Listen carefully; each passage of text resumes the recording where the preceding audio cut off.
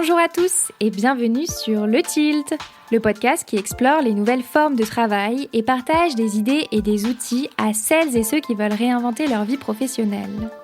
Je suis Léa Audrin, coach et formatrice en transition de carrière et mon but est de vous aider à déclencher votre tilt et naviguer entre les différentes phases de votre vie pro pour vous y épanouir pleinement. Un tilt, c'est une prise de conscience, un déclic grâce auquel un nouveau monde des possibles professionnels s'ouvre. Je vous partage des épisodes solo ou des interviews, au sein desquels je décortique des sujets autour de 3 thématiques clés. La transition professionnelle, la carrière et le futur du travail. Vous pouvez également me suivre sur Instagram, @le.tilt, sur LinkedIn et bien sûr rejoindre ma newsletter pour accéder à davantage de contenu concret, pour impulser du changement dans votre vie pro et découvrir mes offres d'accompagnement. Pour ce faire, cliquez sur le lien en description de l'épisode. Je vous laisse avec ma conversation du jour. Bonne écoute!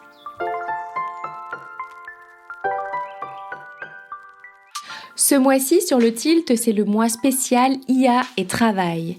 Une série de 4 épisodes dédiés à une question devenue incontournable.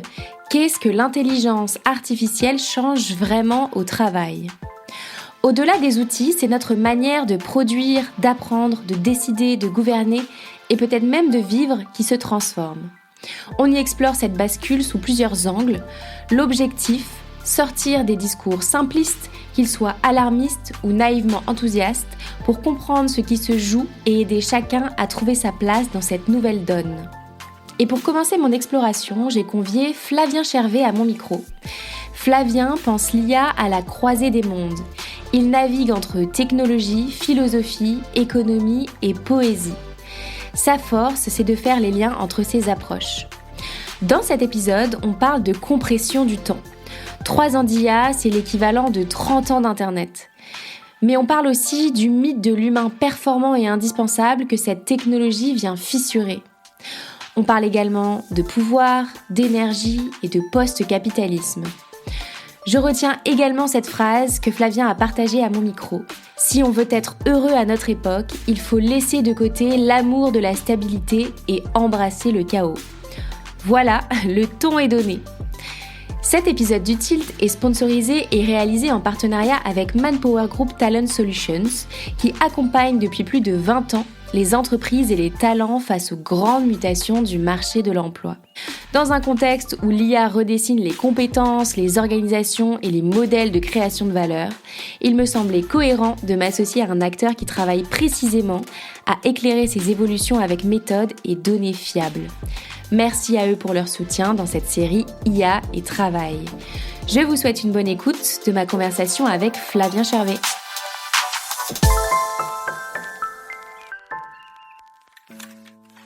Bonjour Flavien. Salut Léa. Bienvenue sur le Tilt. Merci, ravi d'être là. Moi aussi, je suis ravie de t'accueillir à mon micro. Tu es mon premier invité du mois de l'intelligence artificielle et du travail sur le Tilt.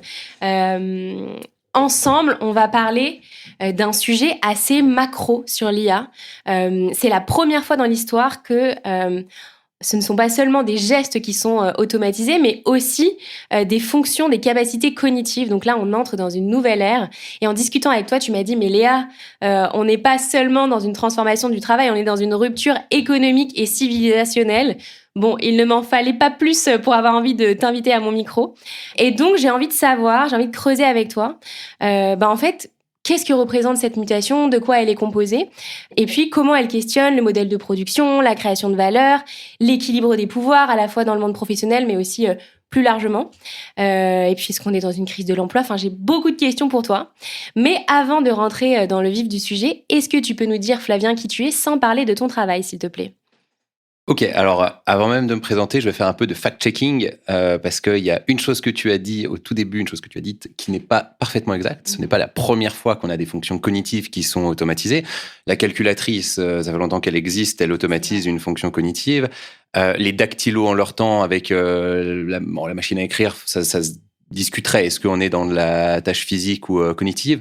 Mais les ordinateurs ont déjà été une grosse révolution de l'automatisation du cognitif. Mais ce qui était différent, c'est qu'on automatisait des choses répétitives du cognitif. et des choses très rigoureuses, structurées.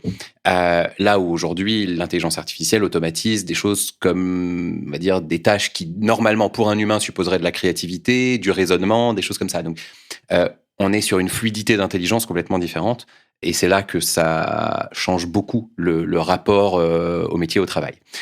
On en reparlera juste après, je suppose. Donc, pour me présenter, déjà, j'aime les mots, la preuve, voilà. Je suis un geek. Je pense que ce qui me caractérise le plus par rapport à l'IA, c'est le rapport transdisciplinaire que j'ai à cette discipline, justement. Je l'ai découvert par la philosophie. Comme je suis un geek et que je code depuis que je suis jeune, j'ai commencé à en coder, donc je la connais bien d'un point de vue technologique. J'ai monté plusieurs boîtes et donc j'ai monté plein de projets d'IA, notamment via ma première boîte, plutôt des projets d'IA industriels. On était en 2016-2017, donc bien avant la révolution de ChatGPT avec du deep learning plus traditionnel. Et puis, je me suis aussi intéressé très tôt à la dimension créative que l'IA apportait, nouveaux dispositifs techniques égale nouvel art potentiel, comme quand l'appareil photo arrive. Et donc, j'ai commencé à créer avec de l'IA aussi autour de 2018. Je fais une expo d'œuvres générées par IA en 2019. Voilà. C'était déjà de l'IA générative, hein, sauf que c'était un petit peu plus compliqué à opérer que maintenant. Et donc, voilà, j'aime bien explorer, enfin, je suis super curieux, donc j'aime bien explorer ce sujet de l'IA de façon très transdisciplinaire. Évidemment, tout ce que je dis a trait à mes activités professionnelles, mais comme j'ai pas de travail, je peux dire à peu près ce que je veux, ça sera pas lié à mon travail. J'ai plein d'activités pro, mais j'ai pas un travail. Et en même temps, mes activités pro sont ma passion aussi. Donc, je peux te dire que je fais de l'escalade, mais voilà, plein de choses dans ma vie vont être liées à ce que je fais de façon professionnelle.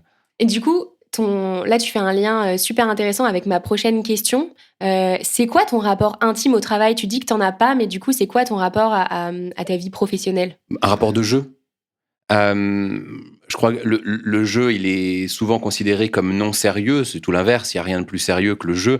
Regarde un enfant qui joue, il est tellement absorbé, tellement engagé dans ce qu'il fait que si tu lui dis d'arrêter, il t'entend même pas. Il n'y a rien de plus sérieux que le jeu. Regarde deux joueurs d'échecs qui s'affrontent, le niveau d'intensité et de sérieux qu'ils auront.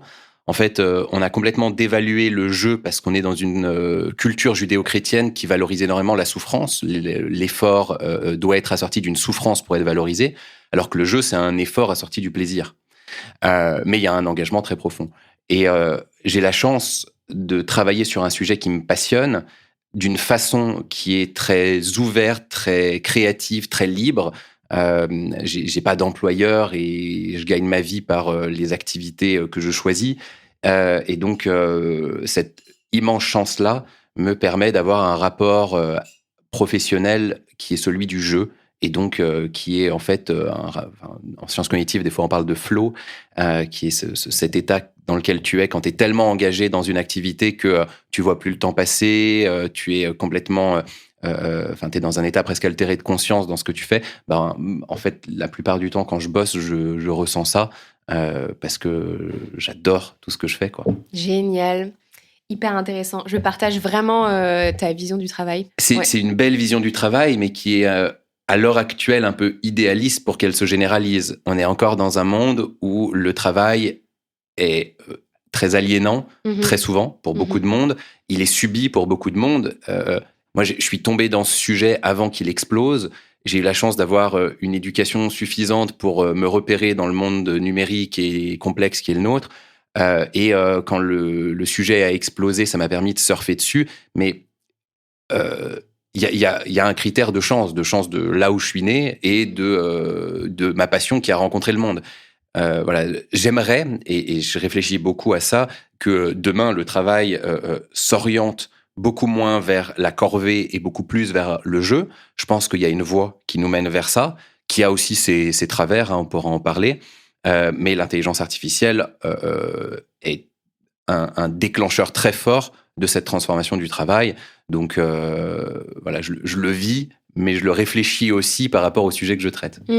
Alors du coup, tu fais un lien parfait avec ma première question pour rentrer dans le vif du sujet du jour.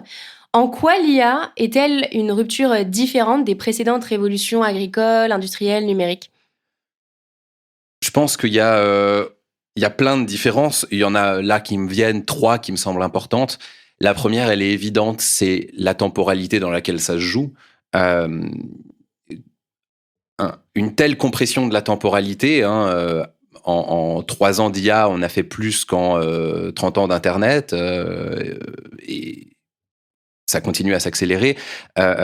Cette compression du temps, elle change qualitativement cette révolution. Elle produit plusieurs effets. Par exemple, un effet qu'elle produit, c'est une énorme distorsion entre ceux qui sont complètement plongés dans l'IA et qui déjà, depuis 3 ans, ont changé de monde. Moi, par rapport à il y a 3 ans, il n'y a pas un truc que je fais dans ma façon de travailler qui est équivalent à il y a 3 ans. Et ceux qui n'ont pas plongé, et c'est 99,9% de la population, parce qu'on n'est pas tous à travailler dans ce domaine-là. Et puis, il y a un temps d'acculturation qui est incompressible. Complètement. En fait, et puis, ça bouge tellement vite que si tu n'es pas en flux en train de participer à ce domaine-là, tu peux bien t'y intéresser, faire une formation, plonger pendant 2 semaines. Ensuite, tu laisses 1 mois passer, t'es paumé. Donc, ça crée une distorsion et un peu une humanité à 2 vitesses, voire 3, avec ceux qui construisent les systèmes d'IA, qui ont accès encore à des technologies qui ont 1 an d'avance sur celles auxquelles moi j'ai accès. Et ça, à mon avis, c'est un risque majeur des prochaines années, cette humanité à plusieurs vitesses vis-à-vis de cette technologie qui change complètement notre capacité productive, créative, etc. Ça, c'est un des gros problèmes. Donc, il y a cette différence. Une deuxième différence, c'est que l'intelligence artificielle est hautement symbolique et émotionnelle. Tu vois, la science-fiction depuis les années 40 ou 50 nous a pas mis en garde contre le cloud. Tu vois, il y a eu évidemment quelques pensées précurseurs de ça, mais là, c'est pas comme l'intelligence artificielle où quasiment toute la science-fiction explore ce sujet. Automatiser l'intelligence, ça vient bousculer très profondément ce que l'humain occidental croit de lui-même. Et donc, il y a un rapport anthropologique à cette technologie qui est inédit. C'est une technologie qui nous mène très, très rapidement vers quelque chose de spirituel, voire de sacré. Et donc, dans son développement, elle cristallise des peurs qui sont complètement différentes de celles de toutes les autres technologies, des fantasmes aussi. Et même économiquement, derrière, ça a un impact. C'est-à-dire que la mythologie qui habite cette technologie fait que on mise pas économiquement sur un gain de productivité. Quand on voit les montants investis, c'est même pas ça qui se joue. On mise sur une singularité, une transcendance, quelque chose, en effet, qui est plus de l'ordre du sacré et du divin que de l'ordre du productif et de l'économique. Et donc, c'est pour ça qu'il y a des montants qui sont investis qui sont complètement délirants. On n'est pas dans l'ordre de la raison économique par rapport à cette technologie. Mais est-ce que tu peux étayer cette idée, parce que je la trouve vraiment très intéressante. En quoi on se rapproche de quelque chose de transcendant? Alors, il y a plein de façons de le voir, mais déjà, il y a une façon un peu historique. On regarde dans l'histoire de l'humanité, et notamment de l'humanité occidentale, qui est, on va dire, celle que je connais le mieux, donc je m'avancerai que sur celle-ci. L'idée de la machine pensante, de l'être artificiel, etc., c'est depuis la nuit des temps, dans toutes les mythologies. C'est évidemment Frankenstein, c'est le mythe du golem, le monstre de Frankenstein, parce que Frankenstein, c'est le créateur du monstre, c'est pas le monstre lui-même. Voilà. Le mythe du golem dans la Kabbale juive, même dans la forge d'Héphaïstos, tu as des êtres de roche qui travaillent dans la forge, et il est dit que Héphaïstos, à un moment, part de la forge, il les laisse travailler, et quand il revient dans la forge, il se rend compte que la forge tourne mieux que quand il était là. Tu vois, aujourd'hui, je trouve que c'est une symbolique qui est marquante. Donc, cette idée, de la créature artificielle qui vient supplanter l'humain, qui vient dépasser l'humain, créée par l'humain mais qui le dépasse, elle est présente depuis la nuit des temps. C'est quelque chose qui nous tient dans les tripes. C'est bien sûr le mythe divin de construire un univers, mais c'est aussi un mythe assez masculin de donner la vie, alors que l'homme n'a pas cette capacité-là. La femme là, mais l'homme y participe, mais c'est pas la même. Voilà. Donc il y a presque aussi quelque chose d'un rapport de genre à cette technologie. D'ailleurs, elle est souvent personnifiée comme une femme, l'intelligence artificielle. Et voilà, tous ces éléments-là créer un espèce de bain culturel complètement différent des autres technologies et qui la positionne complètement différemment. Et en effet, l'artefact moderne de ça, c'est la science-fiction qui a complètement exploré l'intelligence artificielle qui a réactualisé tous ces mythes-là. Et alors, pour ta question de la transcendance, pour terminer, c'est la transcendance, c'est le sens de quelque chose qui nous dépasse. C'est au cœur même du développement de l'intelligence qui est la technologie qui vient dépasser ce qu'on pense être profondément humain, l'intelligence. Et donc, c'est une technologie de la transcendance, c'est l'idée d'une technologie qui, à un moment, nous dépasse et s'améliore elle-même, ce qui est tout à fait crédible, et nous dépasse sans même qu'on puisse le contrôler, avec une espèce d'explosion de l'intelligence où voilà, on suit plus rien, ce qu'on appelle la singularité, qui est là aussi un mythe assez ancien, hein, mais qui est réactualisé et incarné concrètement par l'IA. Et c'est une vraie question aujourd'hui, c'est-à-dire que dans les prochaines années, on va voir des systèmes qu'on pourra qualifier de super intelligents, qui seront bien plus intelligents que toute l'humanité réunie d'une certaine façon, qui vont sûrement en effet avoir des capacités d'amélioration récursive autonomes. Et il va y avoir une question qui va être posée à l'humanité, c'est qu'est-ce qu'on fait des cerveaux biologiques ? Et est-ce qu'on s'augmente, eugénisme, cyborgisation, etc. Est-ce qu'on construit une complémentarité ? Jusqu'à quel niveau on peut jouer une complémentarité avec des systèmes qui sont hautement plus intelligents que nous ? Est-ce qu'à un moment, ces systèmes, d'une certaine façon, remplacent l'humanité ? C'est des questions qui sont terrifiantes, mais il faut les poser. Ouais, mais du coup, c'est une autre question que j'avais pour toi, c'est en quoi, du coup, on peut parler potentiellement de rupture civilisationnelle ? Alors, à plein de niveaux, en fait. Déjà, se dire qu'on a des systèmes artificiels qui dépassent l'humain en intelligence, c'est une rupture civilisationnelle, parce que notre civilisation est fondée sur aujourd'hui sur un travail économique, sur la productivité, sur la croissance, sur tous ces, enfin c'est ce qui le travail et la famille, c'est un peu les deux institutions de notre civilisation. Et le travail, c'est aujourd'hui une question de productivité. Et donc, si on a des machines qui nous dépassent en intelligence et évidemment physiquement, elles viennent être plus productives que nous en tout. Moi, je m'attends à ce que ça arrive dans un avenir proche. Il n'y a pas de raison que l'humain reste plus performant à quoi que ce soit. On est très limité, en fait, l'être humain. On a évolué avec... l'évolution nous a amené là où on est. C'est incroyable, c'est très beau, la façon dont un humain fonctionne, mais c'est très limité par rapport à sa niche évolutive, en réalité. Donc, il est assez évident qu'on va faire des systèmes qui vont largement nous dépasser dans toutes les tâches productives. Et donc, ça va venir mettre complètement en rupture le travail. C'est-à-dire que l'humain au travail, sa valeur ajoutée va devenir marginale dans une très grosse partie des tâches. Et il ne faut pas s'attendre à ce qu'on crée des nouveaux métiers. L'IA, troisième nuance avec toutes les autres technologies, c'est une technologie qui apprend, elle se développe. Et donc, quand on dit oui, mais comme d'habitude, il va y avoir des nouveaux métiers qui apparaissent, oui, enfin, dès qu'ils vont apparaître, on va les automatiser. Une IA apprend, elle se développe et on ne voit pas de plafond à ça. Est-ce qu'il y a des compétences humaines qui vont rester propres à l'humain ? En fait, ça dépend comment tu vois le mot compétence. Si le mot compétence, c'est une capacité à opérer quelque chose, non. Faut pas se leurrer, faut prendre le taureau par les cornes et voir cette technologie comme une technologie d'automatisation générale. Elle va être capable d'automatiser tout ce qu'un humain est capable de faire.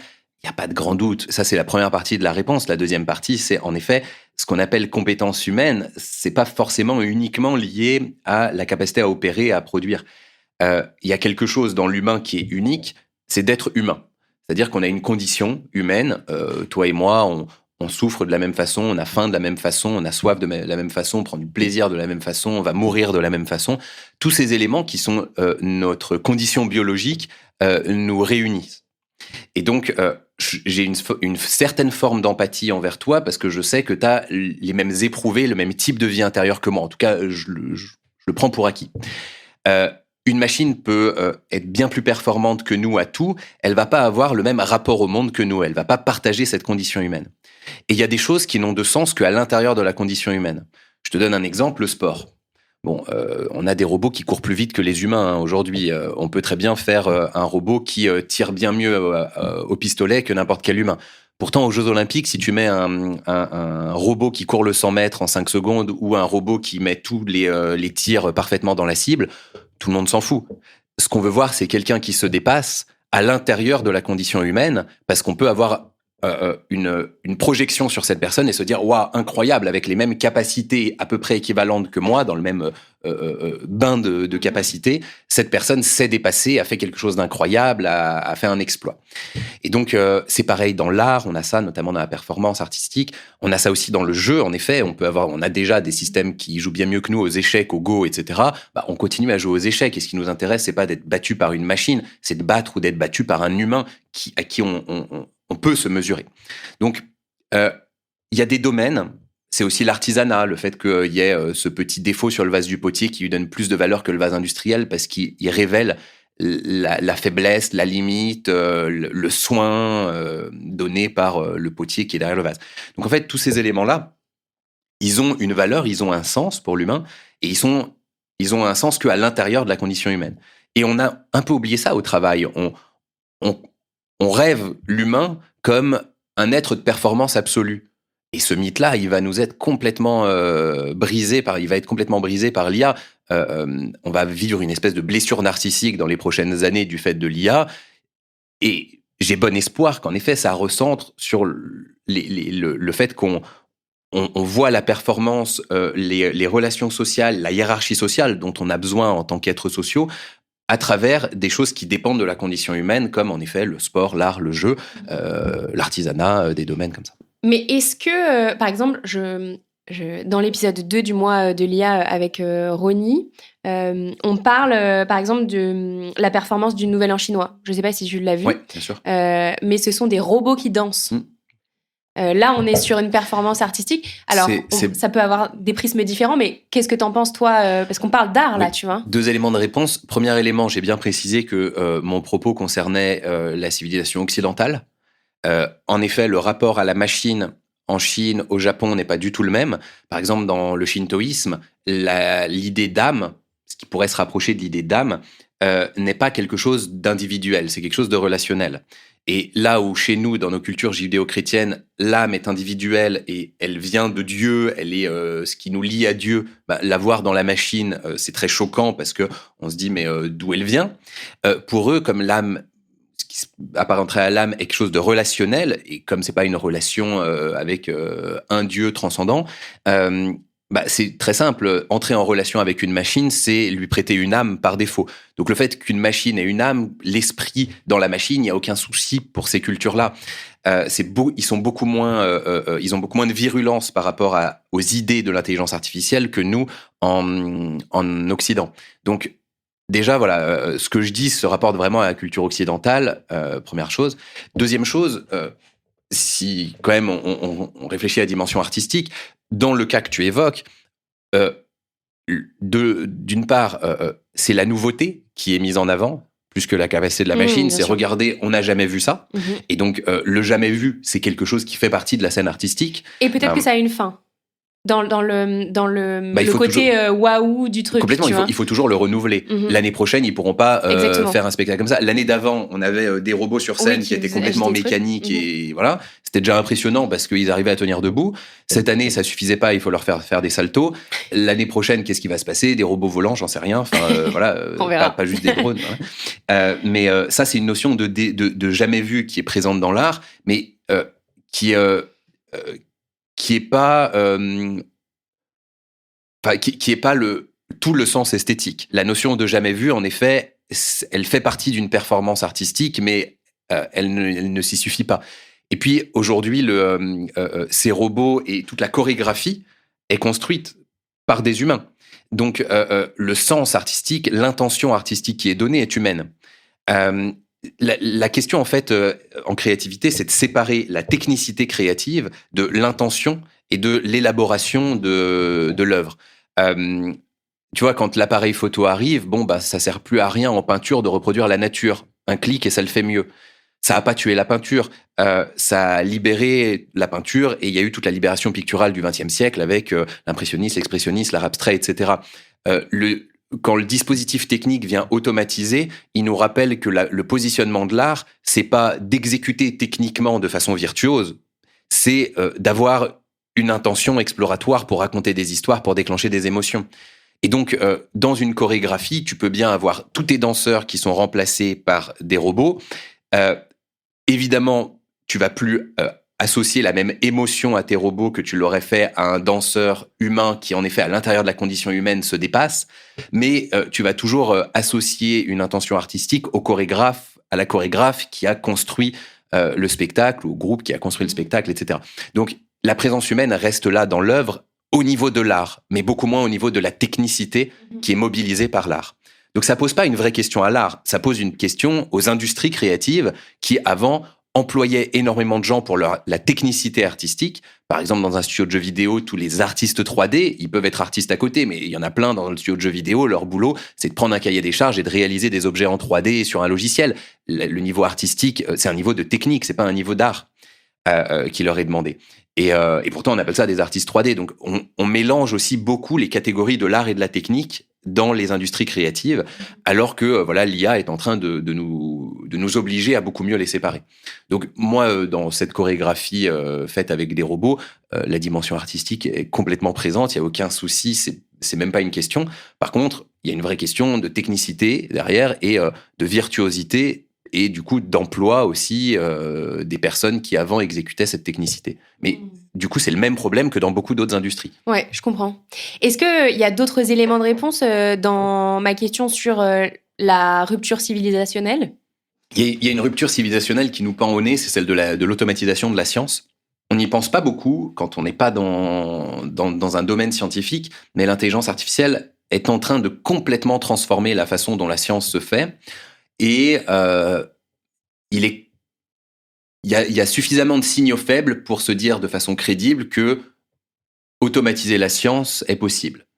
C'est-à-dire que on a des systèmes d'IA comme The AI Scientist qui implantent tout le processus de recherche scientifique. C'est un système, on lui donne un domaine de recherche, il explore toute la littérature scientifique, il construit des nouvelles hypothèses, il implante, il crée des protocoles d'expérimentation pour valider ou corroborer ou infirmer les hypothèses. Il implante des algorithmes qui exécutent ses expériences, il regarde les résultats, il écrit un article de recherche. $15, tu as un article de recherche. Et il y a eu le premier en mars, avec la V2 du système, il y a eu le premier article de recherche. $15 ? Même sûrement un peu moins maintenant, parce que c'est décroissant. Mais en mars dernier, la version 2 de The AI Scientist a créé, en toute autonomie, un papier de recherche qui a passé la phase de la revue par les pairs, donc d'autres scientifiques, sans savoir que c'était de l'IA, on considérait que c'était assez bon pour être publié. Récemment, là, il y a quelques semaines, tu as eu le premier vrai théorème mathématique ouvert, le 142e problème d'R2, je crois, 142e, bon. Les personnes qui nous écoutent me pardonneront si c'est le 137e. Voilà. On vous attend dans les commentaires, dites-nous. Exactement. Qui était un problème complètement ouvert et un système d'IA qui s'appelle Aristotle l'a complètement résolu. Il a construit toute la preuve formelle. Elle est nickel. Et il a pris 6 heures pour faire ça et il n'y a pas eu du tout d'intervention humaine. Là, il y a vendredi dernier, il y a 10 jours, OpenAI a annoncé que GPT 5.2 avait fait une découverte dans de la physique fondamentale sur des choses qui concernent les gluons. Voilà, bon, là aussi, je suis pas sûr que ça soit pertinent d'aller de creuser un petit peu et j'aurais sûrement pas les compétences. Mais on a une première découverte assez fondamentale faite en physique par ce type de système. On avait déjà eu AlphaFold qui craque le repliement de toutes les protéines connues à ce jour, alors que l'humanité avait... On avait mis 80 ans à découvrir le repliement de 2 millions de protéines. Il en a craqué 200 millions. C'est l'équivalent de 70 000 ans de recherche humaine. Ce qui a donné le prix Nobel à son créateur, Demis Hassabis, et d'autres. Et voilà, on est en train de vivre un moment où l'IA commence à faire des percées scientifiques et à automatiser le processus de recherche. Quand on va commencer à vraiment combiner tout ça, à améliorer les performances autour de ça, il faut s'attendre à d'abord une accélération qui a déjà commencé extrêmement rapide de la science et potentiellement à, au bout du compte, une automatisation de la science. Ce qui veut dire des découvertes en continu qui se compressent dans le temps. Imaginons qu'en 10 ans, on fasse ce qu'on a mis 100 ans à faire en science. Les 100 dernières années, quand même, découverte de l'atome. Oui, je crois que c'est presque.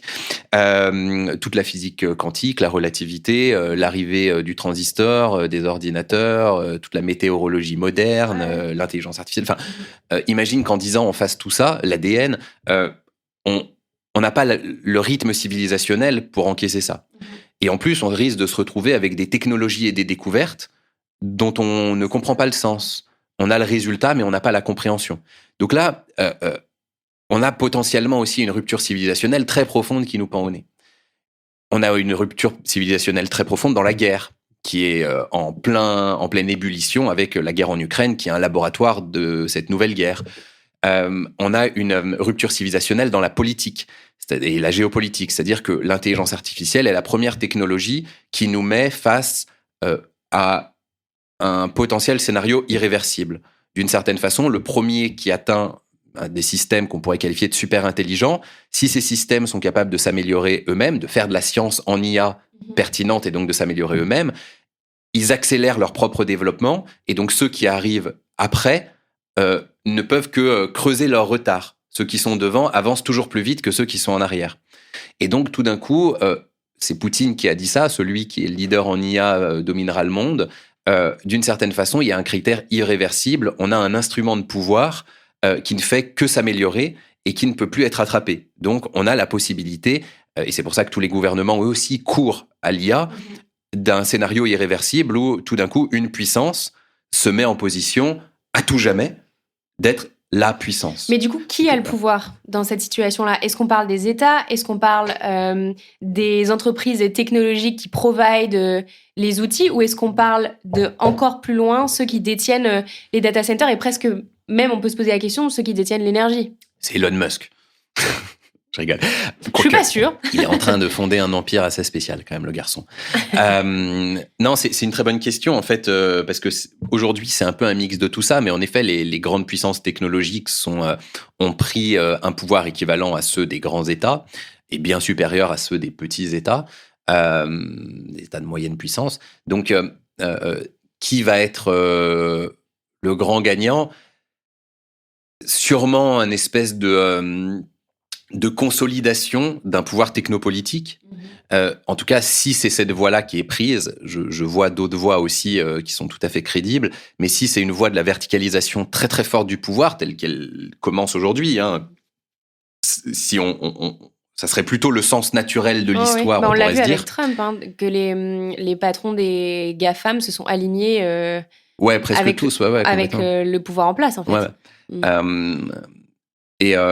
Ils sont alignés avec le pouvoir en place et en même temps, Trump s'aligne aussi avec les intérêts des big tech. C'est un couplage.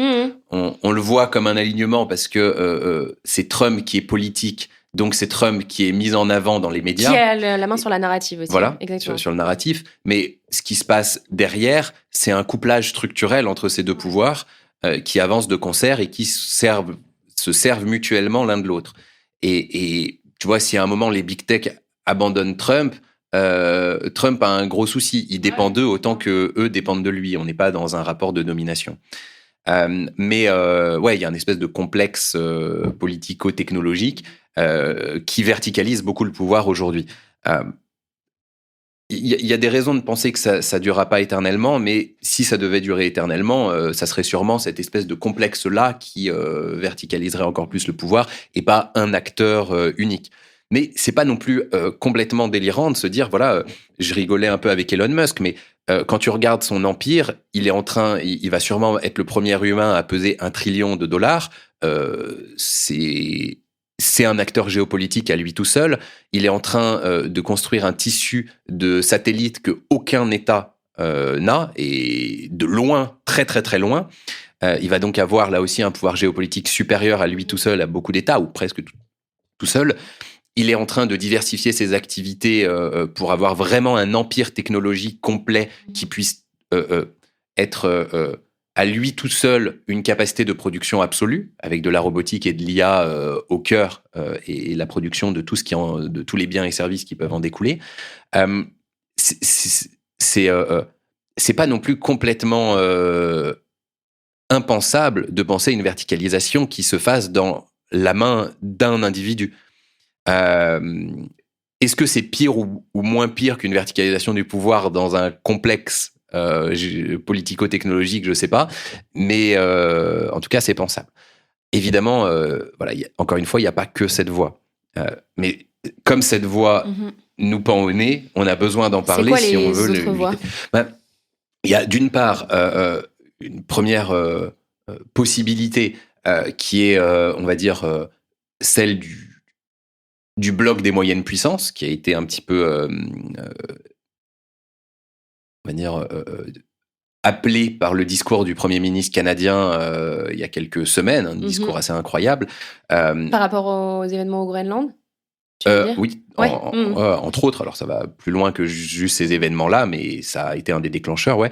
Et qui, en gros, voilà, dans son discours, rappelle que le multilatéralisme, l'illusion du multilatéralisme, elle est capoute, et que il y a besoin de construire une troisième voie, de pas juste être vassalisé auprès des États-Unis, mais d'essayer de construire une troisième voie entre moyennes puissances, avec un rapprochement fort entre notamment l'Europe, le Canada, probablement la Corée du Sud, le Japon, certains acteurs du Sud global. Et voilà, il y a peut-être une troisième voie qui peut se dessiner. La problématique va être celle de la vélocité à laquelle ça peut se consolider. Ça, on verra comment ça décante. Il y a une autre possibilité, c'est quand même celle du soulèvement citoyen. C'est de plus en plus dur de construire un soulèvement citoyen parce que ces outils-là permettent aussi un contrôle soft, doux. Mais il faut aussi voir qu'aux États-Unis, MAGA et Trump, ils ont de plus en plus de contre-pouvoirs qui se mettent en place. Et verticaliser un pouvoir n'est pas si facile. Il y a quand même énormément de gens qui vont lutter contre ça. Et il est tout à fait possible que ça soit une voie citoyenne qui finisse par gagner, notamment si on commence à avoir un chômage de plus en plus massif, si les inégalités se distendent jusqu'à un stade de rupture, on n'est pas si loin, je pense, si on commence à avoir des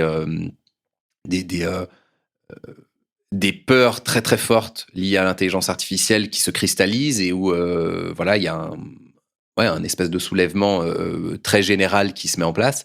Donc, c'est une voie.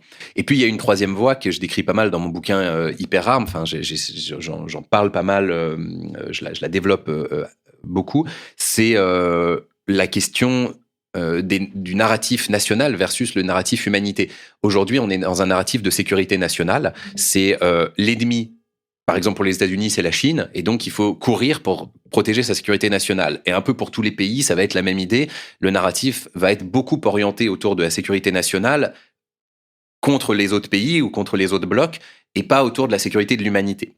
Et l'intelligence artificielle possède un risque. C'est une technologie absolument incroyable et qui a des côtés magnifiques, mais elle pose un nouveau risque dans l'histoire de la technique, c'est celle de la perte de contrôle, qui là aussi est très présente dans la science-fiction, c'est les scénarios dans HAL, dans l'Odyssée de l'espace, qui représente ça très bien. C'est pas l'idée de l'IA qui devient méchante, c'est l'idée de l'IA qui, pour atteindre l'objectif qu'on lui a donné, se désaligne et commence à faire des choses auxquelles on s'attendait pas, qui sont dangereuses. Donc, dans 2001, l'Odyssée de l'espace, comme la mission est d'arriver, je sais plus sur quelle planète, enfin je me rappelle plus exactement, voilà, mais l'IA du vaisseau va finir par vouloir mettre de côté les êtres humains pour pouvoir accomplir sa mission.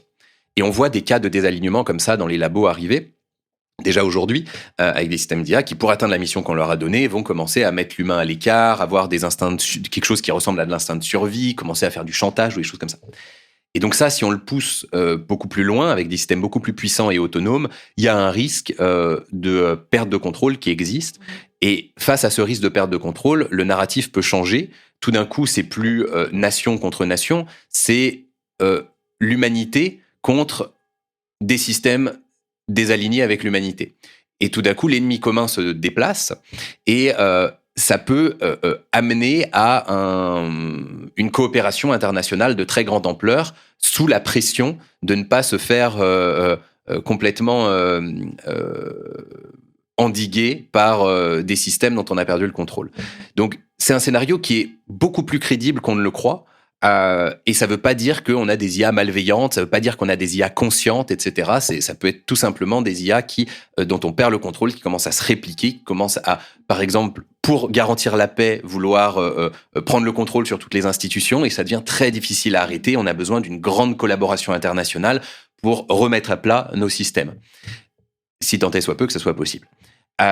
Donc, tu vois, un projet, au lieu d'un projet Manhattan de l'IA, quelque chose comme un CERN pour l'IA, ou voilà, ce genre d'idées-là, elle commence à beaucoup émerger dans une espèce de technodiplomatie qui est moins visible du grand public que la course à l'armement à l'IA, mais qui est très bouillonnante en ce moment et qui, à un certain moment, peut changer son rapport de force si on commence à avoir des warning shots, des gros problèmes qui sont posés par des pertes de contrôle de l'IA, qui amènent cette technodiplomatie à prendre le devant de la scène et à être rendue beaucoup plus crédible et beaucoup plus puissante. Est-ce que tu aurais une idée, ou en tout cas une idée un peu plus dans un prisme de prospective? On parle de quoi comme timeline, en fait? Parce que c'est très... on parlait de compression du temps, d'accélération, etc. On parle de quoi comme timing? Alors, c'est difficile de lire l'avenir, évidemment, mais on a quand même quelques outils. L'outil de base pour penser l'avenir de l'IA, on va dire pour la baseline, ça va être d'utiliser ce qu'on appelle les Neural Scaling Laws, les lois d'échelle neuronale. C'est un peu à l'IA ce que sont les lois de Moore à la puissance de calcul. C'est des lois empiriques. On regarde le passé, on regarde comment la puissance de calcul évolue, premièrement, le nombre de données qu'on met dans les systèmes d'IA et le nombre de paramètres dans les systèmes d'IA, la taille du système d'IA, si tu veux. Et on voit que ces 3 paramètres, depuis 15-20 ans, évoluent de façon très régulière, qu'on peut tracer une courbe comme ça, qui est exponentielle d'ailleurs. Et on voit que on peut mettre ces 3 éléments dans une jolie équation qui nous permet de prédire la performance. Et donc, on regarde sur un passage à l'échelle de 10 puissance, enfin de 15 ordres de grandeur, donc une multiplication par 1 million de milliards de la puissance de calcul effective. Cette équation se révèle très proche de la réalité dans le passé. Et donc, de façon pragmatique, on peut se dire, elle pourrait continuer dans l'avenir. Comme les lois de Moore, on regarde dans le passé et puis on extrapole. Ça ne veut pas dire que c'est ça l'avenir, c'est des lois qui ne sont pas des lois de l'univers, c'est des lois humaines, mais n'empêche que c'est un peu des prophéties autoréalisatrices parce que ça nous prédit une courbe tellement impressionnante que tout le monde veut travailler à la réaliser pour en être. Comme avec la loi de Moore, c'est ça qui s'est passé, ça a tiré toute l'industrie. Donc, les lois d'échelle neuronale, c'est une espèce de baseline qui après permet de discuter. La baseline, elle nous dit quoi? Elle nous dit que on peut s'attendre, si on tire la courbe à partir des données de 2025, à ce qu'autour de 2028, on ait des systèmes qui soient à peu près meilleurs que les meilleurs experts humains dans tous les domaines cognitifs, qu'autour de 2030, ça soit très très crédible de s'attendre à des systèmes qu'on peut appeler de l'IA générale, donc qui nous dépassent dans à peu près toutes les tâches cognitives. Et évidemment, il y aura quelques petites choses que l'humain fait que ces machines ne feront pas. Et il y aura beaucoup de choses que ces machines feront très bien que l'humain ne sait pas faire. Comme aujourd'hui, personne ne traduit dans 60 langues, personne ne peut lire 1 million de mots en 1 seconde, une IA peut, etc. Donc il y a déjà des choses où elles nous dépassent largement. Peut-être très rapidement derrière, parce que si on a de l'IA générale, ça veut dire qu'on commence à pouvoir automatiser de la science assez poussée, et donc une accélération très rapide derrière, et ce qu'on peut appeler des super-intelligences qui viennent assez rapidement derrière. Donc ça, c'est un peu la baseline si on tire les courbes brutalement, et on voit que c'est un horizon très très très proche en fait. Oui, et que, 2028, c'est demain. 2028, c'est demain. Non mais il est clair, très très très clair que en France, le discours général est loin d'avoir pris conscience de ce qui était en train de se passer. Il y a des gens qui ont pris conscience, par exemple... Vas-y. Est-ce que le cadre de l'IA Act en Europe nous fait aussi avoir un timing, une baseline, comme tu l'appelles, qui est plus longue? Pour répondre à cette question, il y a plein de paramètres qui sont à prendre en compte. Déjà, cette baseline, en fait, faut voir c'est un espèce de vision consolidée de plein de paramètres sous-jacents. Parce qu'on regarde juste le passé, on regarde les tendances du passé, et en fait, déjà dans le passé, il y a plein de choses qui auraient pu ralentir ou accélérer, qui sont intégrées dans ce qui s'est passé. Donc, décortiquer tous les sous-paramètres qui permettent d'arriver à ces équations, c'est ce qui permet de les discuter, justement. La question réglementaire est un des sous-paramètres qui permet de discuter. En réalité, les grosses discussions actuelles sur la crédibilité de cette timeline sont pas autour du réglementaire, sont surtout autour des goulets d'étranglement en termes de ressources. C'est-à-dire que on a la performance qui évolue brutalement, mais pour qu'elle évolue comme ça, il faut s'attendre à ce qu'on doive mettre beaucoup plus de données et beaucoup plus de puissance de calcul. La donnée, il y a déjà une question qui se pose, c'est celle du mur de la donnée, où on commence à avoir utilisé toutes les données de l'humanité, où est-ce qu'on va en trouver d'autres? Alors, il y a encore beaucoup de données vidéo à exploiter, et puis on a plein de voies, on peut avoir des données synthétiques qui sont générées par des IA, si c'est fait intelligemment, ça permet d'améliorer d'autres systèmes d'IA. On a la robotique qui va nous permettre de capter énormément de données sur le monde réel pour améliorer les systèmes, etc. Mais il y a déjà cette question de la donnée. Les plus gros goulets d'étranglement attendus, c'est surtout les matériaux rares pour faire les puces, et puis la capacité de production de puces, parce qu'il y a des composants comme les HBM, par exemple, où on arrive là, vraiment, on est en flux tendu absolu et on commence à arriver à des ruptures de stock. Et pour augmenter la capacité de production, ça prend du temps. Donc, on a une discontinuité par rapport au passé. Dans le passé, cette question-là se posait pas vraiment parce qu'on avait de la capacité de production en réserve, on n'en a plus. Donc, il faut développer la chaîne de valeur de la création des puces pour entraîner les IA. Donc là, il y a déjà une vraie question. Trouver des ressources, en effet, des matières premières, etc. Pas pour rien que Trump a des velléités sur, par exemple, le Groenland. Sous la glace, il y a plein de matières premières pour faire des puces. Et puis, le deuxième élément, c'est l'énergie. Parce qu'une fois qu'on a les puces, bon, déjà, il faut construire des data centers. Ça prend un peu de temps, même si on va de plus en plus vite dans la construction des centres de calcul. Ça prend quand même du temps. Et surtout, quand on a ces centres de calcul, il faut les alimenter. Et là aussi, jusqu'à maintenant, l'énergie existait. Il fallait l'acheter, ça coûtait cher, mais elle existait. On commence à entrer dans des régimes où, quand on veut faire une IA plus puissante, il faut construire un nouveau centre de calcul d'un nouvel ordre de grandeur qui n'existe pas, et il faut l'alimenter avec de l'énergie qu'on n'a pas encore. Et donc, il faut construire la capacité énergétique pour faire ce centre de calcul. Donc, on approche de régimes où les centres de calcul auront besoin d'une puissance embarquée de 1, 2, 3 gigawatts, ce qui veut dire un réacteur nucléaire, 2 réacteurs nucléaires, 3 réacteurs nucléaires pour entraîner une IA. Donc là, on est déjà dans des ordres qui sont géostratégiques pour la question énergétique. Donc là aussi, le Canada, c'est une réserve d'énergie et de froid pour les centres de calcul. Enfin, il y a plein de choses qui prennent une nouvelle couleur quand on a ça en tête. Mais donc la course à l'IA va de plus en plus et est aujourd'hui devenue une course industrielle, pas seulement une course aux algorithmes. Il y a cette amélioration des algorithmes qui permet de faire plus avec moins, qui est un enjeu. Mais il y a aussi une course industrielle à la construction. Et ça, soit on va, un peu comme le projet Manhattan, tellement tout déréguler et tellement accélérer le développement industriel que, en effet, les temporalités que j'ai évoquées restent cohérentes et ça va être une gabégie industrielle complètement dingue pour y arriver. Soit ça va quand même ralentir le domaine avec quelques plateaux. Mais bon, ralentir le domaine, même si ça prend 5 ans de plus, avoir de l'IA générale dans 6 à 10 ans, le monde n'est absolument pas prêt. Je veux dire, en France, le sujet politique actuel, c'est les retraites. Enfin, ça n'a aucun sens. C'est... Donc là, ce que tu nous dis, c'est vraiment que cette rupture, en fait, elle est systémique. C'est-à-dire que tout est interconnecté. Sur le titre, on a beaucoup parlé des polycrises, du fait que tout était interconnecté, etc. J'aime pas le mot crise. Il est tout de suite négatif. On n'est pas dans un monde en crise. Moi, j'aime bien dire qu'on est dans un monde en transition de phase.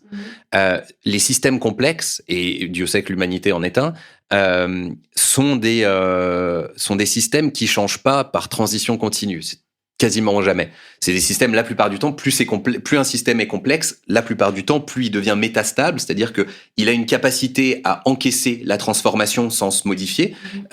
Mais il se rapproche d'un point de rupture. C'est comme les grains de sable qu'on met les uns après les autres sur le tas de sable. Puis à un moment, il y a un grain de sable qui fait s'effondrer le tas de sable. Ça, c'est système métastable. Et voilà, il y a plein de systèmes qui ont ces caractéristiques.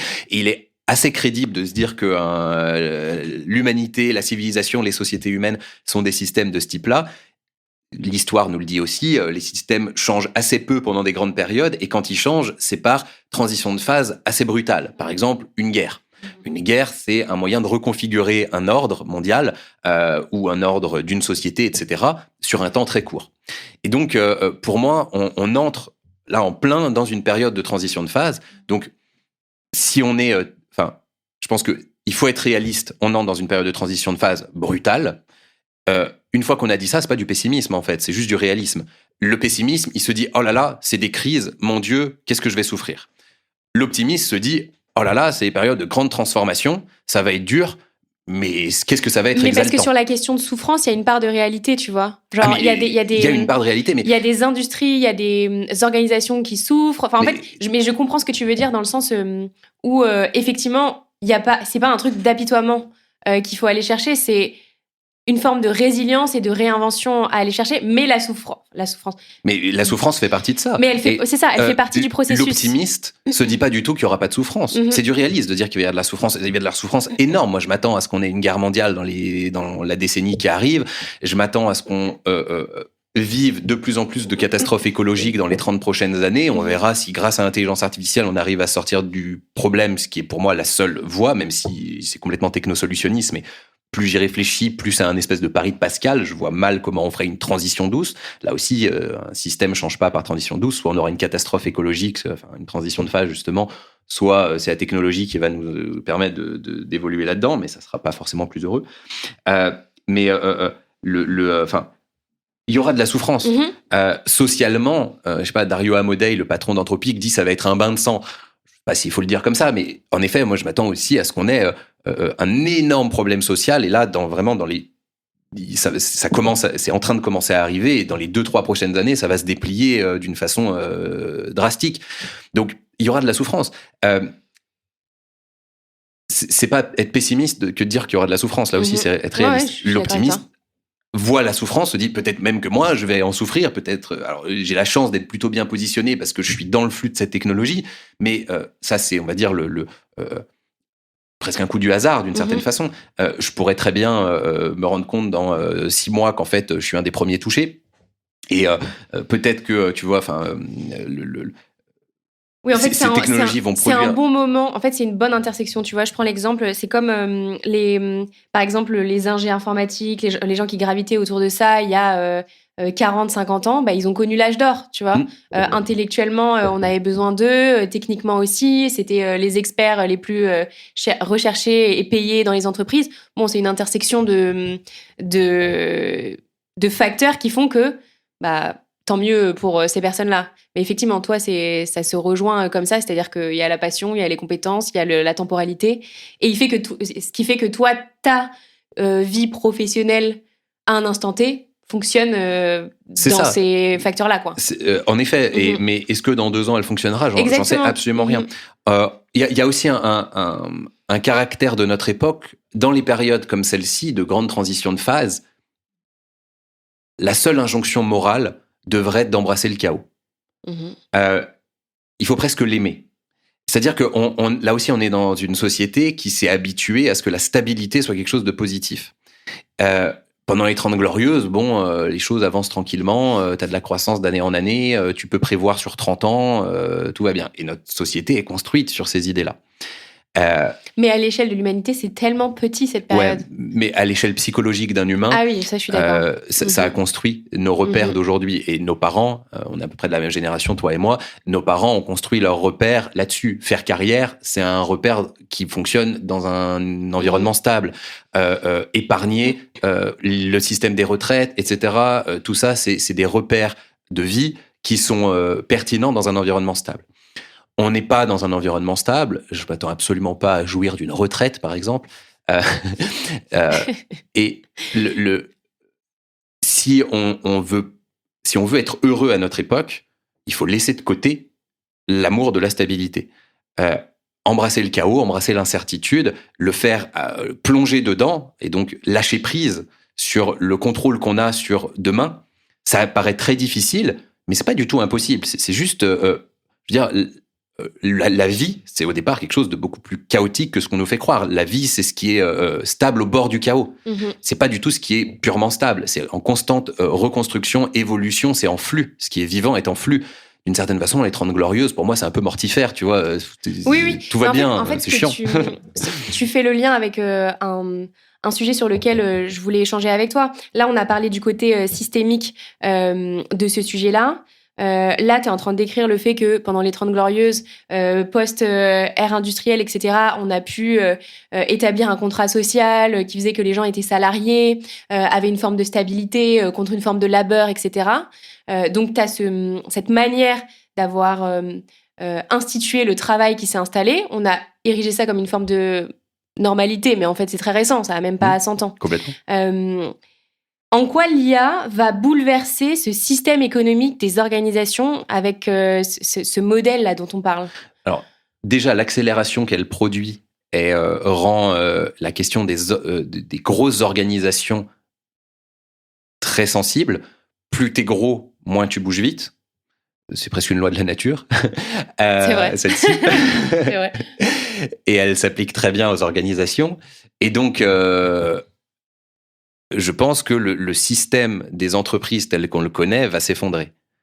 Une grosse entreprise, dans le monde qui vient, un empire industriel, c'est différent. Un empire industriel, il peut... s'il s'est construit sur les technologies, comme en effet l'empire de Musk, c'est des empires qui sont construits by design pour être évolutifs. Mais c'est plus du tout le même type d'entreprise que celle qu'on a l'habitude de penser. C'est des entreprises flux, alors que les entreprises d'avant étaient des entreprises systèmes. Et les grosses entreprises, tu prends les entreprises du CAC 40 en France, c'est des entreprises systèmes. Qu'elles se réinventent chaque année, c'est juste pas possible. Ouais. Donc, je m'attends à un effondrement très violent des systèmes d'entreprise avec, là aussi, une disruption assez globale de tous les mastodontes. Qui va, selon les industries, se faire sur des temporalités très différentes. Quand on est un assureur, on a des questions à se poser. Quand on est une compagnie du pétrole, on a un peu plus de temps parce qu'on est un gros industriel ou une compagnie du nucléaire. C'est pas tout à fait les mêmes temporalités, évidemment. Il y a une matière première qui bouge moins vite. Mais je pense quand même que globalement, la vitesse, la vélocité va devenir le critère principal dans les prochaines années, il l'est déjà maintenant, et donc on voit de plus en plus de gens qui deviennent solopreneurs, qui gagnent en agilité en devenant tout petit. Mais moi, par exemple, je travaille, j'ai mon entreprise personnelle, mais pour monter des projets plus ambitieux, je vais me connecter avec plein d'autres qui fonctionnent comme moi, et puis on va monter le temps d'un projet un collectif. Et je pense que cette modalité beaucoup plus décentralisée du travail correspond bien mieux à un système qui bouge et donc va de plus en plus se développer. Et en effet, c'est une tendance très forte qui est déjà en train d'arriver. On entend parler de plus en plus mais aussi. C'est intéressant ce que tu dis. Moi, j'avais cofondé un collectif qu'on a arrêté là, mais pendant 2 ans, on travaillait sur des sujets de transformation du travail, notamment sur la question de la réinvention de la relation entre les collaborateurs et l'organisation. On a fait beaucoup de choses. On a fait des études. On a fait une étude qualitative. On a produit beaucoup de contenu, etc. Et à chaque fois qu'on rencontrait soit des partenaires, des gens, etc., la question qui revenait tout le temps, c'était pas tant sur le fond de notre travail, c'était sur « Ah, vous êtes un collectif, et donc ça veut dire quoi ?» Parce qu'en fait, c'est vraiment ça la question, c'est comment est-ce qu'on se réinvente dans nos manières de travailler ensemble. Ça rend les gens très curieux de se dire, si on travaille plus dans les organisations comme elles sont aujourd'hui, demain, ça ressemble à quoi le travail en collectif, en fait ? Et en fait, toutes les réponses, d'une certaine façon, elles sont déjà en germe. Cette tendance des slashers, la tendance donc des gens qui ont plein d'activités avec des slash sur LinkedIn, j'en fais partie. J'en fais partie aussi. Voilà. Cette tendance, en effet, des métiers liés à la socialité comme influenceur, dont aujourd'hui on a tendance à considérer que c'est un métier bullshit. Je pense que demain c'est un des métiers principaux de notre société, que ça me fasse plaisir ou non. Je veux dire, je regarde les choses avec réalisme. Comme marketeux, au XVIIIe siècle, un agriculteur t'aurait dit c'est quoi ce bullshit. C'est des changements de représentation. La valeur se déplace. Elle est plus au niveau du bas de la pyramide de Maslow, elle est de plus en plus au haut de la pyramide de Maslow, on dit l'expression de soi et puis la transcendance, le sens, voilà. Et donc les choses se déplacent et en effet un influenceur, s'il fait bien son travail, il est censé donner du sens aux gens, leur donner de l'inspiration. L'inspiration, c'est une façon de ressentir du sens, que ça soit positif ou non. Encore une fois, je fais pas de jugement de valeur là, je suis pas dans la morale, mais voilà, donc on voit déjà tous ces phénomènes qui sont en train de se structurer et en fait la difficulté à les penser comme des évidences et comme les nouveaux piliers de notre société, c'est juste de l'inertie. C'est purement de l'inertie. Je veux dire, quand on a grandi dans la société numérique, un peu digital native, c'est très naturel pour eux de penser ça. Là où, en effet, la génération d'avant a grandi avec d'autres repères, et c'est pas qu'ils sont moins bons ou meilleurs, c'est juste que c'est ceux de l'époque d'avant, c'est logique. Et donc, penser des repères aussi différents est très difficile. L'accélération technologique pose aussi une grosse question sur l'intergénérationnel. Avant, vu que les choses changeaient moins vite, les aînés avaient une expérience qui avait de la valeur pour les juniors. Aujourd'hui, l'expérience des aînés est très ambivalente. Elle peut être contre-productive pour des juniors parce que le monde a tellement changé que les repères, par exemple, des conseils de carrière venant de quelqu'un qui vivait qui a fait sa carrière dans le système qui est en train de mourir, sont pas forcément pertinents. Oui, sur les conseils carrière. Après, moi, je mettrais de la nuance. C'est marrant parce que le sujet de l'intergénérationnel, c'est l'épisode juste avant toi. Donc, si les gens ont envie d'aller écouter des choses sur ce sujet, juste cliquer ensuite sur l'épisode juste avant. Mais il y a aussi quand même quelque chose de l'ordre de la transmission. Tu vois, si on parle pas purement d'une industrie, d'un rôle, d'une compétence très spécifique, etc. C'est peut-être quelque chose de l'ordre de la transmission au niveau de l'humanité, des savoir-faire, des savoir-être, etc. Mais ça reste, à mon sens, encore une fois, là, c'est peut-être un avis qui est le mien, mais il y a quand même quelque chose de l'ordre de quelque chose à se transmettre quelque part. Mais tu parles de rupture, donc j'entends que potentiellement, il y ait des choses qui ne se transmettent pas dans ces ruptures-là, tu vois. Ouais, j'ai utilisé le mot ambivalent. J'ai pas dit que l'expérience des aînés était négative à jeter à la poubelle. J'ai dit qu'elle était ambivalente. C'est-à-dire que elle peut plus être prise comme une vérité. Et évidemment, il y a des invariants humains et que ta grand-mère te donne des conseils sur ta relation amoureuse. Elle a sûrement plein de choses à t'apprendre et plein de bons conseils à donner. Par contre, en effet, que ta grand-mère te conseille sur la façon, en effet, de gérer ta carrière ou sur les valeurs, en effet, et te transmettre des valeurs, par exemple, je sais pas, en effet, l'idée de faire carrière, c'est des choses auxquelles il faut faire attention. La transmission n'est pas nécessairement positive.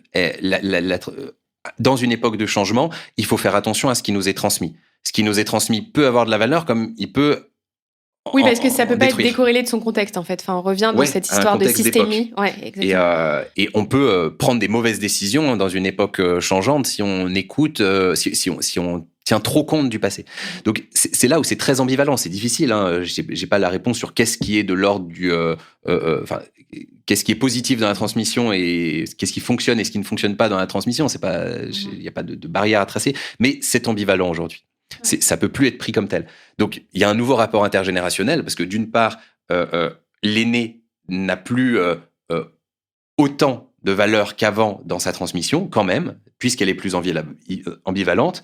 Et il y a une beaucoup plus grande difficulté de compréhension entre les générations qu'avant, parce que les différences entre générations sont beaucoup plus poussées.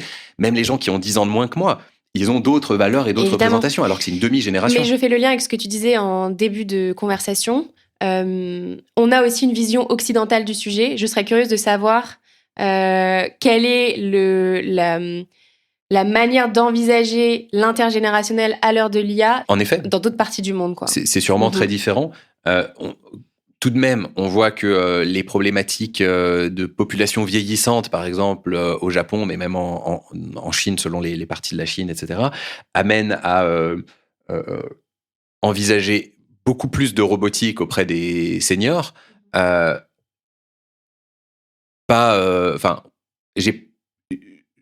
pense pas. Je pense qu'en effet, ils n'ont pas du tout le même rapport entre les générations que chez nous. Il y a un autre type de respect. C'est pas, il y a un respect de l'être qui est là depuis plus longtemps, qui est un peu supérieur à ce que nous on a dans nos cultures, il me semble. Mais n'empêche que ils sont aussi dans ce monde en transition. Et je pense qu'ils ont aussi des ruptures générationnelles très très fortes. Et le fait qu'ils veuillent plutôt mettre des robots auprès de leurs seniors, c'est aussi une façon de se libérer de la génération qui est senior. Donc, je pense qu'il y a des invariants aussi. Eux aussi sont dans un monde en transition de phase. Évidemment. Je voudrais revenir sur une autre question à la suite de celle sur l'économie plus spécifiquement. Tu l'as mentionné tout à l'heure. On entend beaucoup dans le narratif de l'IA au niveau des carrières les métiers vont être remplacés, certains métiers vont disparaître, certains métiers vont émerger, etc., etc. Tu l'as effleuré tout à l'heure. Comment ça va se passer cette transition au niveau du travail? Qu'est-ce qu'on va faire demain si les nouveaux métiers qui émergent sont remplacés au bout de quelques mois? Qu'est-ce qui va se passer concrètement en termes professionnels? J'ai pas la réponse concrètement parce que c'est une question ultra compliquée. Je suis pas sûr qu'il y ait quelqu'un qui puisse y répondre très franchement. Il y a plein de possibilités. Il y a des gens qui te diront, on va vers une paupérisation extrêmement forte avec une grosse partie de la population qui n'a pas de travail et pas de moyens de subsistance, et donc un effondrement social très très grave, possible. Il y a des gens qui vont te dire que la place de l'humain va de plus en plus être dans... c'est un économiste qui s'appelle Korinek, je crois, qui est des plus sérieux sur la question de l'IA, qui prend le sujet de l'IA le plus au sérieux avec des courbes de développement qui sont sérieuses et du coup radicales, qui dit, en effet, si on extrapole un peu, on va automatiser toute la production de valeur et l'humain va avoir surtout un rôle de vérificateur, en tout cas dans un premier temps, et de créateur d'input pour continuer à améliorer les IA. Donc, on a des boîtes comme, par exemple, Mercor, qui emploient plein d'humains pour produire de la donnée hautement qualitative pour améliorer les systèmes d'IA. Plus du travailleur du clic. Maintenant, c'est des médecins, des gens de haut niveau intellectuel qui produisent de la donnée, encore une fois, hautement qualifiée. Pareil, au bout d'un certain temps, je suis pas sûr qu'on a encore besoin de faire ça. Moi, j'essaye de prendre le problème un peu différemment. C'est ma façon. J'ai fait une soirée sur le post-capitalisme et l'économie à l'ère de l'IA générale. Et j'ai commencé un peu à élaborer ma réflexion là-dessus. Je pense que imaginons que donc on a de l'IA générale qui automatise à peu près tout ce que l'humain est capable de produire au travail. Donc, si on automatise ce que l'humain est capable de produire, on n'a plus besoin de lui au travail, donc on n'a plus besoin de le rémunérer. Mais si on le rémunère pas, il peut plus consommer, et donc c'est pourquoi on produit. Donc, on a tout l'espèce de moteur du capitalisme qui commence à tomber en panne.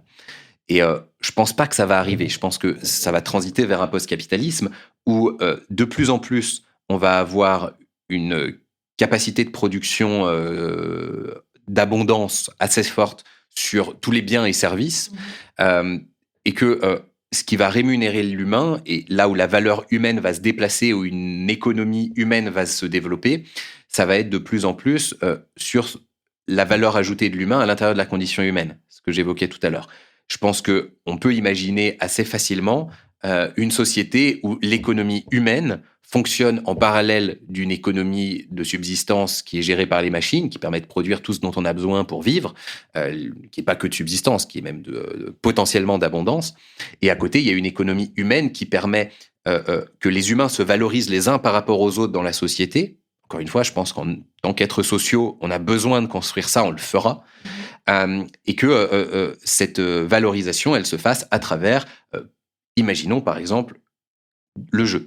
Et que le jeu ou le sport deviennent, après le travail, les institutions principales de la société, avec des rôles sociaux qui sont définis par le positionnement qu'on a dans des grands championnats, des choses comme ça.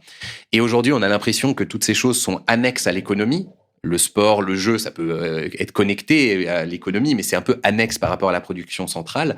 Si la production centrale devient quasiment autonome, je pense qu'en effet, ces dimensions-là vont prendre une importance majeure. Et qu'on va vers, du coup, une économie qui est une économie beaucoup plus de l'attention, parce que quand c'est des choses qui sont à l'intérieur de la condition humaine qui servent à se valoriser, on a besoin de les montrer à d'autres humains. Et donc, il y a besoin que d'autres humains y assistent. Par exemple, le sport, le jeu, il y a besoin d'avoir un public, ou le spectacle, ou voilà. C'est aussi une société du spectacle.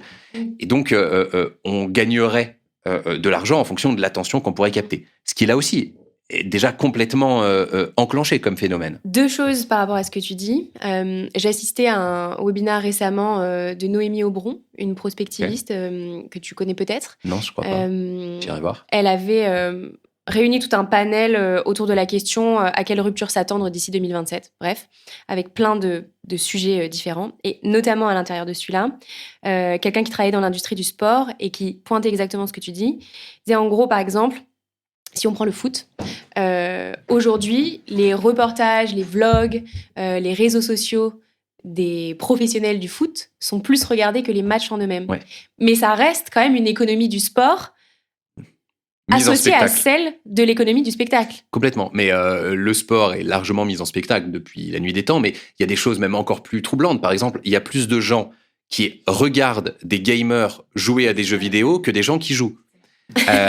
Donc, c'est un phénomène absolument massif sur Internet, qui a été lancé notamment via des plateformes comme Twitch.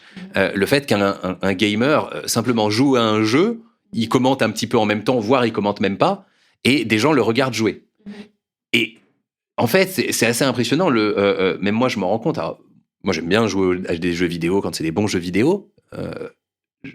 Je vois que quand je le fais avec des amis ou quoi, il y en a pas mal qui me disent « Ah non, mais joue, moi, j'aime bien regarder. » Donc, même dans quelque chose comme le jeu vidéo, ça se spectaclise. Exactement. Donc, oui, je crois que cette tendance-là, elle va être très... c'est une tendance d'avenir, quoi. Et deuxième chose sur laquelle je voulais rebondir, suite à ta réponse sur, en gros, si les biens, les services, la production est automatisée par l'IA, ça me fait penser vraiment à la définition du travail de James Sussman, l'anthropologue, qui dit qu'en gros, travailler, c'est une dépense d'énergie. Alors, c'est la définition étymologique. En fait, on aime bien associer le travail et dire qu'étymologiquement, ça vient de tripalium, un outil de torture. Alors lui, il n'est faux. pas sur cette... Non, mais ça, c'est faux. Ouais. Et lui, justement, il est contre ça. Complètement. Cette interprétation est complètement bullshit. C'est vraiment là aussi, notre tendance judéo-chrétienne qui veut associer le travail à la souffrance qui nous a fait croire à cette arnaque étymologique. En réalité, le mot travail, il vient de la racine trab, qui se retrouve dans entrave, qui est l'outil qui permet de labourer le champ, c'est-à-dire dépenser de l'énergie pour faire passer un état à un autre. Le travail, et même en physique, le travail, c'est une mesure d'un changement d'état. Et donc, en effet, il y a un effort dans le travail. Et c'est pour ça que, par exemple, le jeu, c'est pas du tout sans effort. Au contraire, l'effort est présent et sans effort, on devient juste des chiffres molles. C'est le scénario Wall-E où on finit tous en mode gros patapouf à nous mettre du coca dans la bouche par des machines. Je pense pas du tout que ça va arriver. L'image est atroce. Ouais, mais je pense pas. Je pense que l'humain a une espèce de désir intrinsèque, de curiosité intrinsèque qui le pousse en avant. Je pense pas du tout que ça va arriver. Même dans Wall-E d'ailleurs, dès qu'il y a le moindre truc qui change, il y a un brin de curiosité qui arrive parce qu'il y a une plante sur Terre qui vient de germer. Ça y est, les humains veulent retourner sur Terre, ont envie d'aller voir de l'autre côté de la colline, etc. Donc, je crois pas du tout que ça nous pendonne. Mais en effet, dans le travail, il y a une notion d'effort, mais pas forcément associée à une souffrance et pas forcément associée à une production, en réalité. Ça, la notion de souffrance, elle est liée à une valorisation judéo-chrétienne qui est culturelle, et la notion de productivité, elle est associée à une époque qui est une époque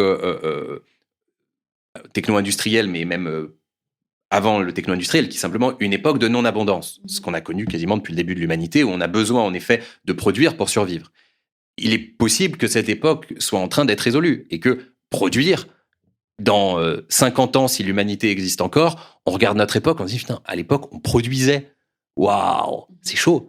On était des esclaves, tu vois. Et il y a un auteur que j'aime beaucoup, qui s'appelle Ian M. Banks, qui est un grand auteur de science-fiction, qui a écrit toute une série qui s'appelle la série de la culture. Et il y a, je crois, 7 ou 8 bouquins dedans.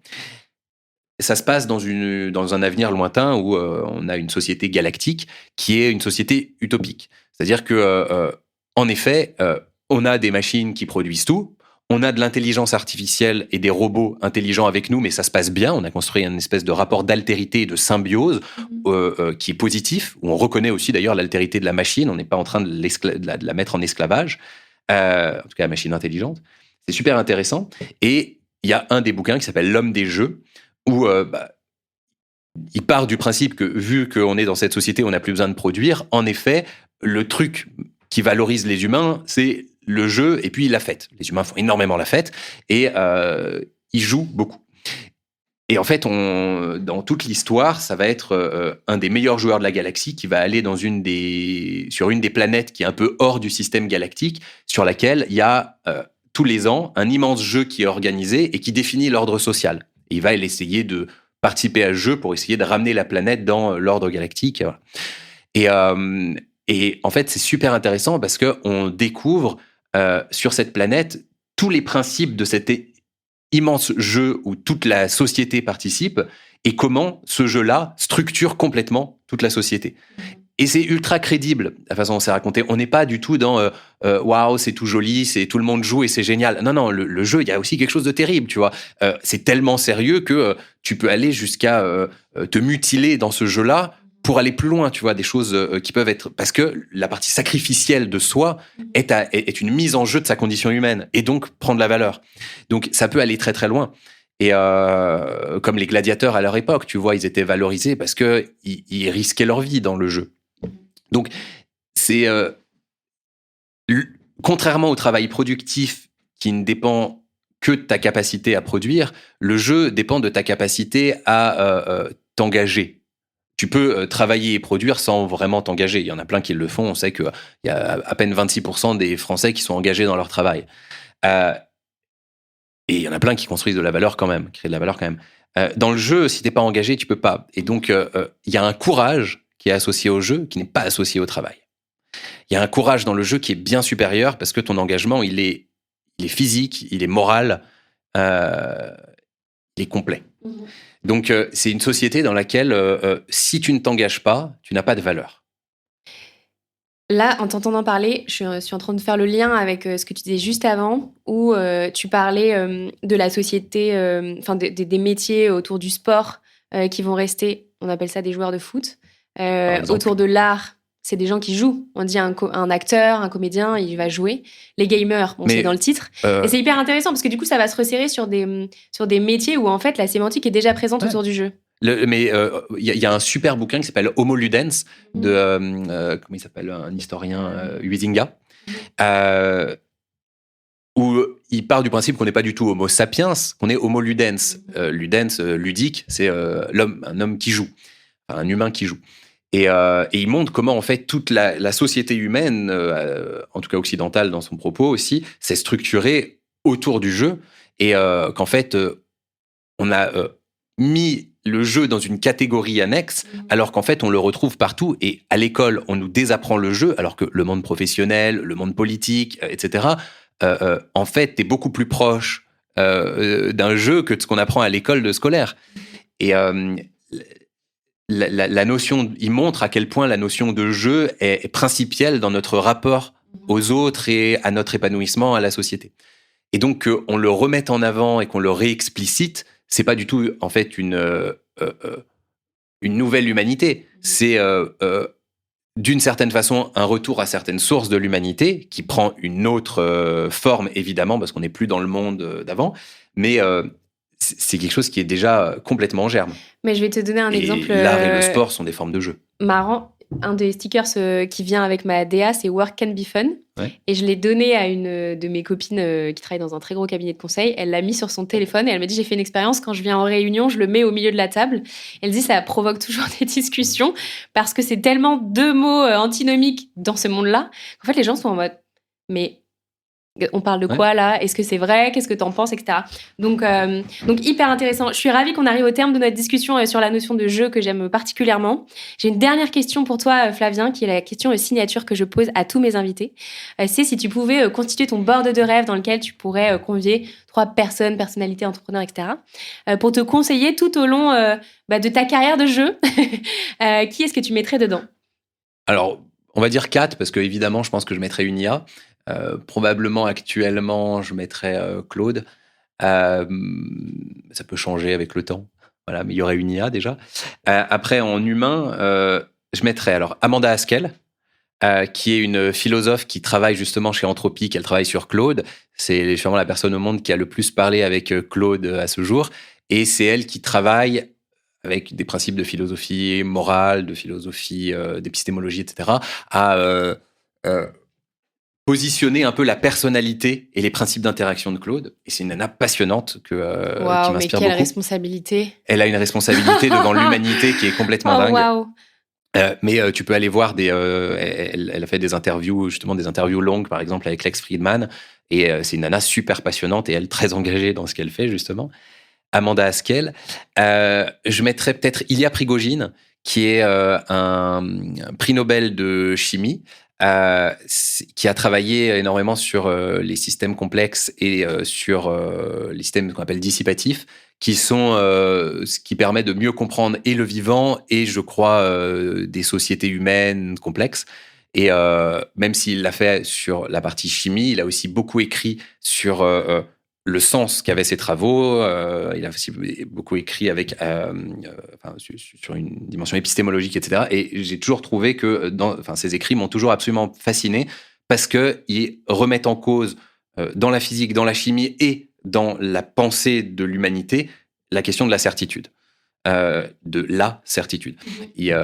Il montre à quel point c'est une illusion qu'on a construit, la certitude, même en physique, et que la notion d'incertitude devrait être bien plus principielle que la notion de certitude. Donc je pense que dans une période comme la nôtre, ce garçon aiderait beaucoup.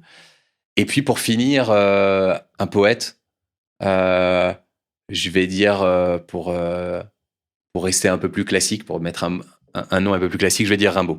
Ok, parce génial. Que c'est un poète qui m'a énormément inspiré, qui continue à beaucoup m'inspirer, parce qu'on a plus que jamais besoin d'un rapport poétique au monde, et que l'élément principal qui sauvera le monde, c'est la poésie. Pas forcément écrire de la poésie, mais le rapport poétique au monde, et que j'essaye de le mettre un petit peu dans toutes mes activités. J'écris de la poésie aussi, mais même le rapport poétique au-delà, le rapport sensible aux choses et de détournement sensible aux choses, je pense qu'on en a besoin, notamment dans l'IA. Et l'IA est un sujet hautement poétique. Là aussi, work, fun, on les met rarement ensemble. IA, poésie, on les met rarement ensemble. Mais en fait, comme c'est un domaine qui est lié au sacré, c'est un domaine qui est hautement poétique, l'IA. Donc voilà, je finirai avec Rimbaud. Ah, merveilleux. Merci Flavien. Merci beaucoup vraiment pour tout ce que tu nous as partagé. Une belle entrée en matière pour le mois de l'IA. Je mets toutes les infos en description pour découvrir ton travail et je te dis à bientôt. À très bientôt, merci. Un très grand merci à Flavien. Nous aurions pu échanger pendant encore des heures tant le sujet est intéressant et vaste. J'espère que cet épisode vous aura donné des repères pour comprendre que nous ne vivons pas une simple évolution technologique, mais un basculement beaucoup plus profond. Un basculement civilisationnel comme Flavien l'appelle.